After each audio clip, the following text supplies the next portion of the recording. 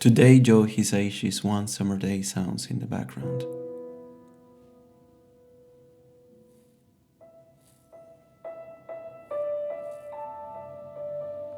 It's an ironic song choice for a sunny winter day.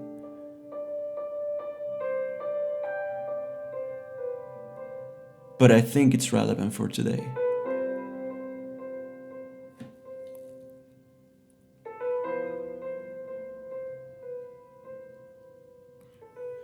I've been collecting principles over this past 12 months.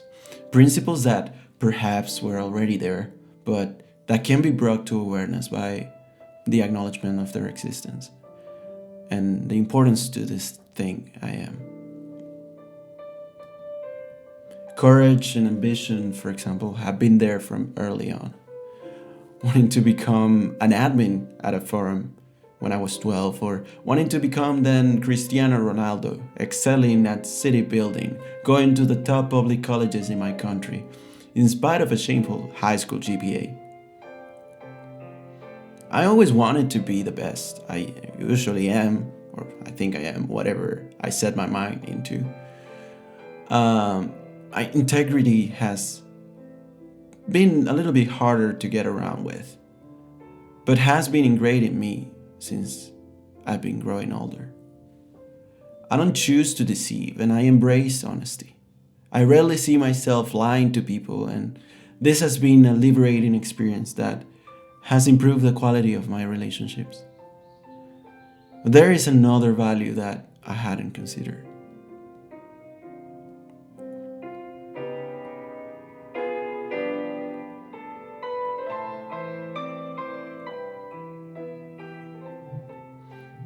I always wanted my parents to feel proud of me. That's why I thought it was important for me to get the acknowledgement of my dad when I entered University of Carabobo, or to voice out that I ranked 5th in sociology at the Venezuela Central University. I didn't have any qualifications to prove that I was smart enough to do any of that, but somehow deep down I thought and I knew I was smart. That is why it was relevant to me that my mom would pay attention when she went to my football match and I scored a goal. That's why I would show people around the cities I built in cities skylines, or why my first postings on YouTube are the recordings of my scores in Pro Evolution Soccer. That's why I said, today I decided I will go to study psychology in another country. And yes, I am Venezuelan. Who says I can't? Back in my old Twitter on September 17th, 2027. And that's why my life changed so drastically. Although for the latter, I already started giving up on the idea of them valuing this effort. I started doing it for a wider set of people. And this desire moved me forward to accomplish that task partially. But even for more greatly than I'd ever imagined. One year when I accomplished that statement. I want people to feel proud of me. I want to feel valued and respected, and that my life has a meaning to everyone else. I learned though that this is socially acceptable. To repress the feeling is what's socially acceptable. Since I arrived to Argentina, the pride I felt for my accomplishments reflected in the choices I made. Almost literally, the first thing I did after arriving was to subscribe into a co-working space in Puerto Madero's high-rising buildings. I remember distinctly that I recorded myself walking, dressed with a trench coat, and then I recorded a quick pan into the high-rise building I was going into. Why did I record myself? Well, I wanted everyone to see not only that I moved to Argentina, but that I was successful. I was going to a place that represented everything success looked like to me at that moment. And I kept behaving in this way and making choices that would showcase my worth somehow. I would choose to go to Starbucks constantly, obviously record myself while I did that, or to take an Uber there. I would even choose to dress in a shirt and tie although I was 21. If none of these things told you out loud that I was desperate for validation and for people to feel proud of me, I don't know what would. This pride was overlooked by people with disdain. I would usually pass as a pedantic egomaniac. I would advise people to do things with a superiority complex I had, by all accounts, become so embellishing, so embellished with the need for approval that I did anything in my power to get it, although it felt like it was just a subconscious matter. And so, guess what? Instead of people feeling proud of me, they got away from me. They criticize me and they ignore me. What the fuck? More importantly, although that was the facade I went after, I always felt a deep sense of emptiness inside. And I can tell why. None of these artifices were enough to cause any real validation. It was all in my mind, and it was always empty. There was a little voice in my head that told me that I was a cheater, that I was not what I showed I was, and just like my parents used to say, that I was a lazy guy that was probably never gonna amount to anything. There was some truth to that, in the eyes of my own self inspection, of course. I was indeed a cheater. In order for you to show off at the end of the day, you don't really need to be or to have what you seem to have. In order to look rich, you don't need to be wealthy. This need was then evolving over time, but it never really stopped. A few years later, I moved to Buenos Aires, again, to Puerto Madero. I bought a car that I couldn't afford and a life that I couldn't enjoy.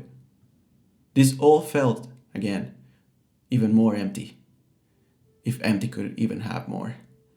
And no amount of material possessions could take that feeling off. Nevertheless, I was committed to more, because I thought that the only reason why it was not enough was that I simply hadn't accomplished enough, that I was insufficient. All of a sudden, then I traveled back to Cordoba, and I found out that my girlfriend at the moment had engaged in a rather sociopathic behavior for the sake of being in control of me, which led me to finally decide to break up with her after 3 fucking years. And this was a big blow to that life I built. Taking accountability for what was left, I was at ground zero with $500 in my bank account and no job. Touching the grass after 4 years of this lifestyle hit very hard emotionally, but I very quickly got up. This time, the reasons were different. I very quickly found friends and family and love, and this is indeed what I always and had always been looking for. That had a big remark of my actions last year. Yet I still engage in the previous behavior I described. I will invite my friends to fancy places, buy my people fancy things, and try to get the feeling of pride out of others through material possessions and riches. Although these acts might have had an altruistic facade, they were always aimed with the intention of feeling validation and getting that boost. But just like when I used to buy these possessions for myself, this feeling would quickly die out. Although the lack of awareness of this fact made it feel like there was something else wrong. And I've been looking for the answers ever since I started writing this journal. And here we are, 107,000 words later. Why do I feel so empty? Why can't I wake up in the morning? Everything has come up. Habits, my dad, free will, therapies, pills, neuroscience, philosophy. Maybe there's some truth to all of those pieces of knowledge, but the deeper truth is that your behavior comes down to what values you truly embrace. I just really recently started embracing myself as someone integrous and honest, and I behave in that way. I always thought myself as someone ambitious and courageous, and I behave that way. The only missing piece was something called pride, but intrinsic pride. Today, when I woke up, I asked myself, if last night I decided that today I was going to wake up at 7:30 a.m., would I be proud of me if I allowed myself to continue laying in the sheets after that time? And so I immediately got up. A conversation with my roommate was more effective than hours of meditation, just by bringing another perspective. And he did it last night. He went out for a couple weeks, and when he was finally back to the apartment, I wanted to tell him about my discoveries on mental entropy and free will and my potential depression. And I was excited to share all of this. But he couldn't agree with my perspective, which was weird, being that I am almost always in a position of knowledge abundance when I talk to him. He reminded me of pride and why it was important. And he told me he was proud of me, and that made me cry. Because I knew he was being honest, and that is all I needed to hear. I always had this feeling within me. Heck, I would say that it is so abundant and so powerful that it has me done many weird things I thought I needed. Like, for example, waking up at 5 a.m. and going for a run, even though I hadn't done that in months or in forever. Walking on a freezing water just because, or traveling to Colombia just because. Pride has been so fundamental all this time that its absence can describe my patterns almost in black and white. It is true. Whenever I do not feel proud of myself, I am depressed.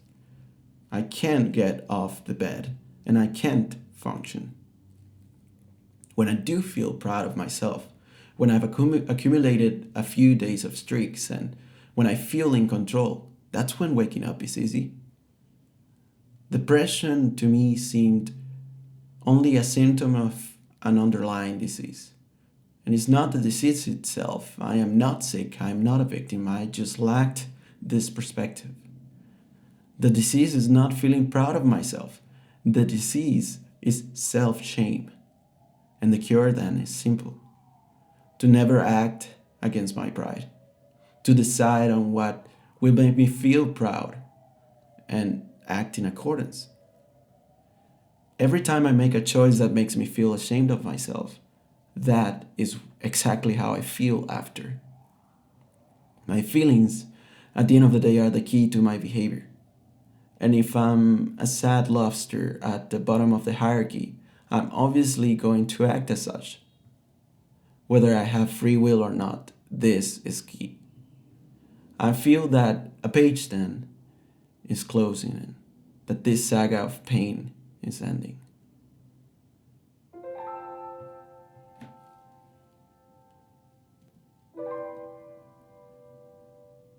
And now I know why.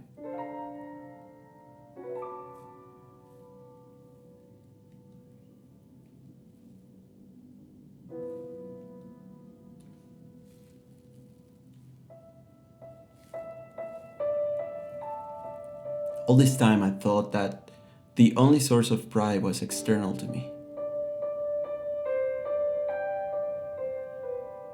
I thought it was something I needed other people to give me. And so, it has always been outside of my control.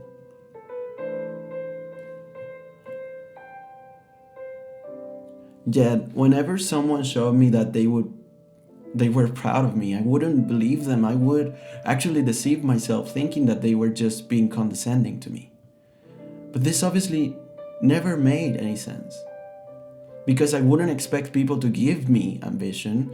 I wouldn't expect people to give me courage or integrity or honesty. I am those values.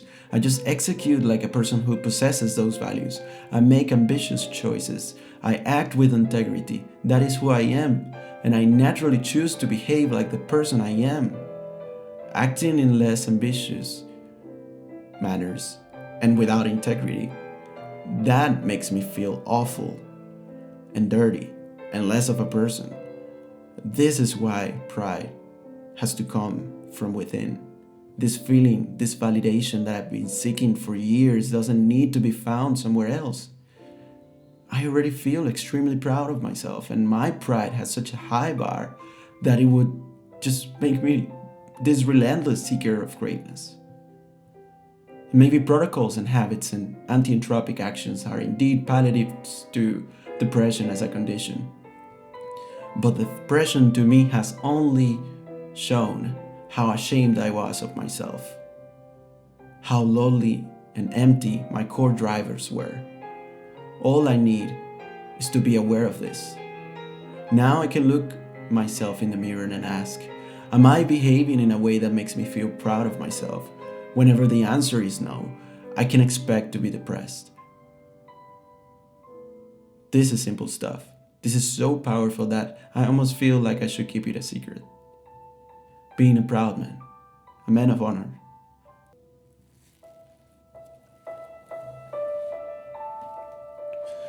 Just that idea makes me feel whole. I guess that's where David Goggins harnesses his powers from, or what Elon uses to build big rockets, or what drives or drove Steve to design computers that make me feel proud. I've always been that. And all I needed was to look inward, so I could find myself within.